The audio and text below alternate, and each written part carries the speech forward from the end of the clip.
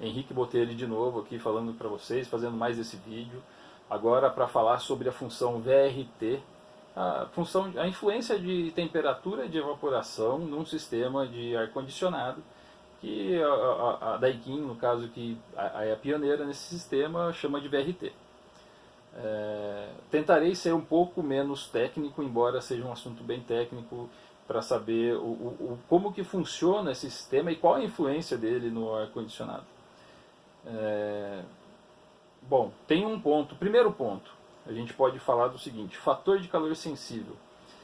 Esse fator de calor sensível, o que ele é? Ele é o quanto você desumidifica o ar relacionado com a diferença de temperatura. Mais ou menos isso, é para ser bem simples. Então, o que a gente faz? Só para elucidar mais ou menos o que é esse fator de calor sensível. Quando você tira, por exemplo, uma Coca-Cola da geladeira, ou um refrigerante, ou uma água, você deixa ela em cima da mesa e vai passar um tempinho, ela vai começar a suar, né? E o porquê que ela começa a suar? Ela sua porque a temperatura do líquido está mais baixa do que a temperatura de condensação da umidade do ar que está em volta dele. Então isso causa com que a umidade do ar ela se condense e ela caia sobre a mesa, né? Passando isso agora para o ar-condicionado. O ar-condicionado também acontece isso, que é a nossa famosa linha de dreno. A linha de dreno ela é necessária por causa disso, porque é um efeito colateral. Essa desumidificação do ar ela é um efeito colateral do ar-condicionado. Não é desejável, mas é um efeito colateral. E o que acontece? Então, quanto menos desumidificar o ar é melhor para você. Melhor para gastar menos energia e menor para conforto.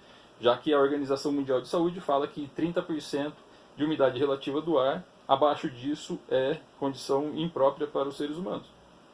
Então, quanto mais você eleva essa temperatura, se você, por exemplo, voltando à Coca-Cola, colocar uma Coca-Cola a temperatura ambiente, isso não vai acontecer, essa desumidificação do ar.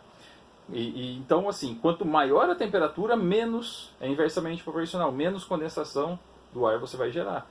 Então, quando você eleva essa temperatura, você melhora isso. Você melhora a sua condição e você gasta menos energia, porque para condensar o ar, você também gasta a energia do compressor. Então, só tem vantagens nesse ponto em relação ao aumento de temperatura. Outro ponto bem importante, por exemplo, o compressor é um motor. E todo motor ele tem uma faixa de eficiência. Ele vai do 0 ao 100%. Quanto mais próximo do 0%, é uma parábola, ele tem uma eficiência muito ruim. Entre 40% e 70%, 80% tem uma eficiência ótima. E quanto mais próximo do 100%, é ruim também. Não tão ruim igual o 0%. Então é uma parábola, ela faz alguma coisa no 0%, uma eficiência bem ruim, aumenta, chega num ponto ótimo e depois no fim ela cai um pouco. Quando você tem esses dados mapeados, o sistema, o logaritmo do computador, do processador, que é o controlador do ar-condicionado, ele faz essa conta.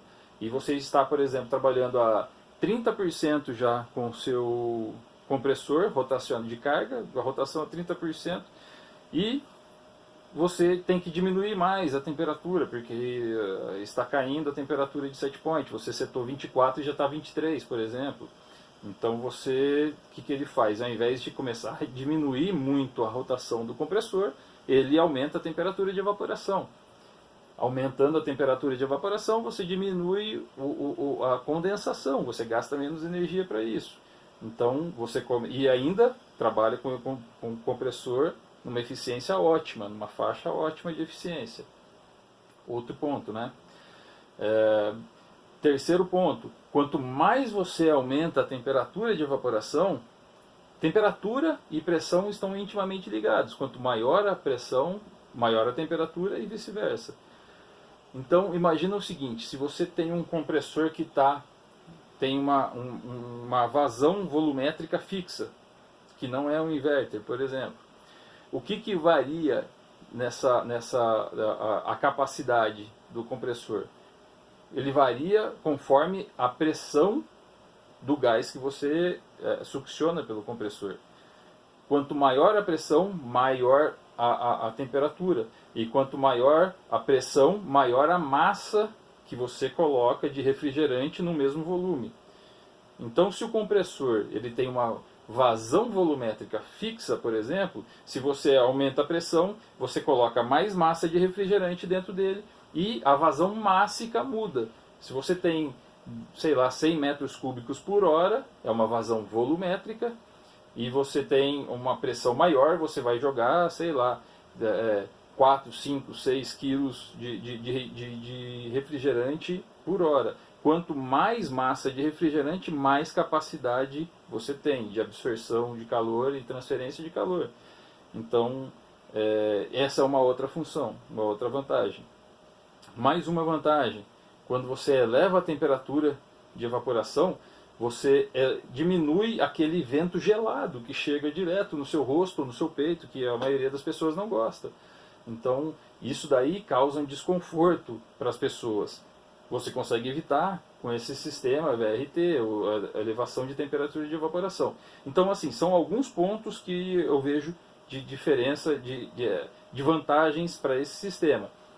1. Aumento de fator calor sensível, recordando. 2. Possibilidade de trabalhar o seu compressor numa faixa ótima. 3. Aumento de vazão mássica do compressor no seu sistema. E 4. Você tem a diminuição desse efeito de vento gelado no seu rosto, né?